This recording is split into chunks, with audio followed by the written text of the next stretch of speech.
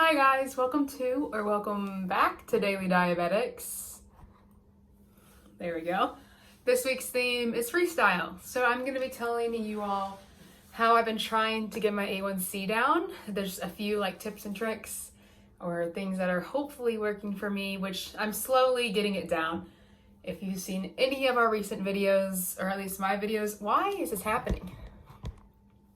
Then you would know that this has been a work in progress. I hit my A1C was 8 point something, low 8s, and that I used to have a streak of being in the 6s, but that was due to low blood sugars. So my doctors didn't like that, so we stopped.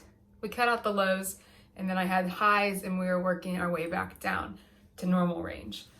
So for a while, I had high blood sugar. It was kind of expected. Every 2 weeks, I'm supposed to upload my numbers from my PDM to my doctors and email them, which I'm still not 100% in the habit of that, but I'm doing a lot better now than I was. So I was supposed to send my numbers every 2 weeks, and we would make adjustments and bring my number back down. I didn't do that for 3 months, and then that's when I had the 8 A1C.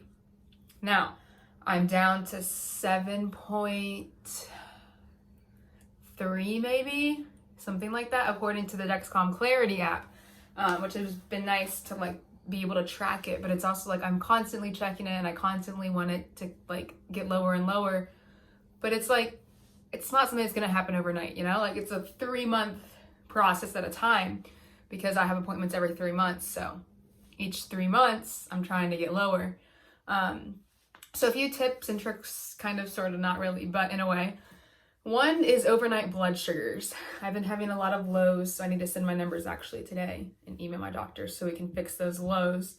But overnight blood sugars are depending on how long you sleep, it can be anywhere, well, if you're like me, you need 9 hours of sleep a night. So 9 hours of my blood sugar. If I'm high, 9 hours out of the 24 hours in the day, if 9 of those hours I'm high, that's going to make a big difference for my A1C. Then if my number is in range for 9 hours, that's going to help a lot. And then I'm low, vice versa, whatever. So keeping your blood sugar in range when you're sleeping is a big deal, because it's 9 out of 24 hours of your number should stay pretty consistent because you're not doing anything but sleeping. So there's that.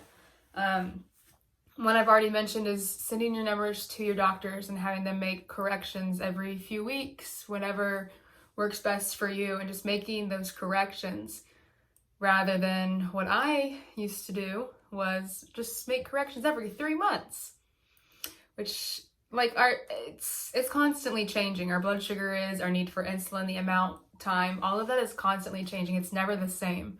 What worked yesterday might not work today. And what worked yesterday definitely won't work for tomorrow. It's constantly changing. It's not every 3 months we can make adjustment type thing. You need to make, in my opinion, in my experience, I need to make adjustments way more frequently than that.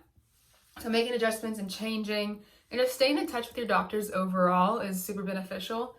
If you don't have a Dexcom or a CGM, I highly recommend one if you can get one. I have a Dexcom G6, and during that 3-month period of when I was doing awful, I wasn't really wearing my Dexcom. But now I have the G6, it doesn't hurt, it's not a problem. It's right here for me, which is right above my elbow, which is kind of low on my arm. But just wearing that so I constantly know my blood sugar, because I know there's 2 types of people.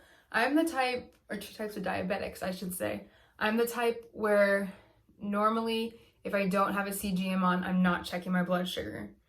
But when I have my CGM on and I'm high, I don't normally take corrections. I just kind of leave it.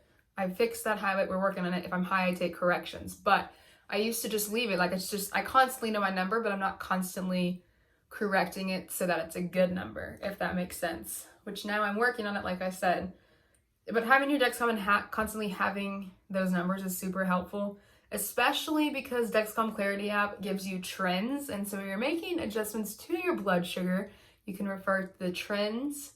And if they're super trendy, then it'll even tell you overnight high, and it'll give you a time frame, which is super duper helpful.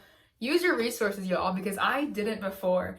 And there's so much out there to help you. Like between my Omnipod information and my Dexcom Clarity app, and I think I upload my Dexcom or my Omnipod to my Gluco, and like it helps you out. Like go check it out, because 3 months ago I wasn't checking any of that, you know. Before it was all on my doctors to fix. Where I'm 18, I'm going to college next year, I'm about to be on my own. I need to do this stuff on my own, you know? I need to step up and take responsibility rather than just every 3 months, oh, we'll make an adjustment.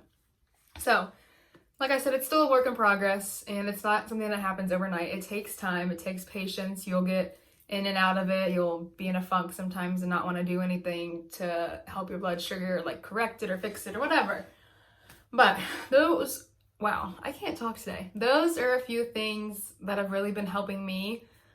Just staying on top of it, which is hard to do. Like I said, like we have other priorities too in life. We have other responsibilities and commitments. It's hard to constantly solely focus on diabetes, but it's so necessary. Like compared to everything else, diabetes should be almost top, if not top on your list. It's your health, you know? In the long run, everything you're doing right now is gonna affect you. So, I don't know, just putting that out there. Put your tips, tricks, and whatever you do to help manage and keep your A1C under control. Put those in the comments so we can all help each other out. We're all in this together. We are all one diabetic community. We're here for each other, supporting each other. And yeah, I hope you guys enjoyed this video. It was kind of all over the place. Sorry it wasn't that organized. But I'll see you guys next week. Thank you guys so much for watching.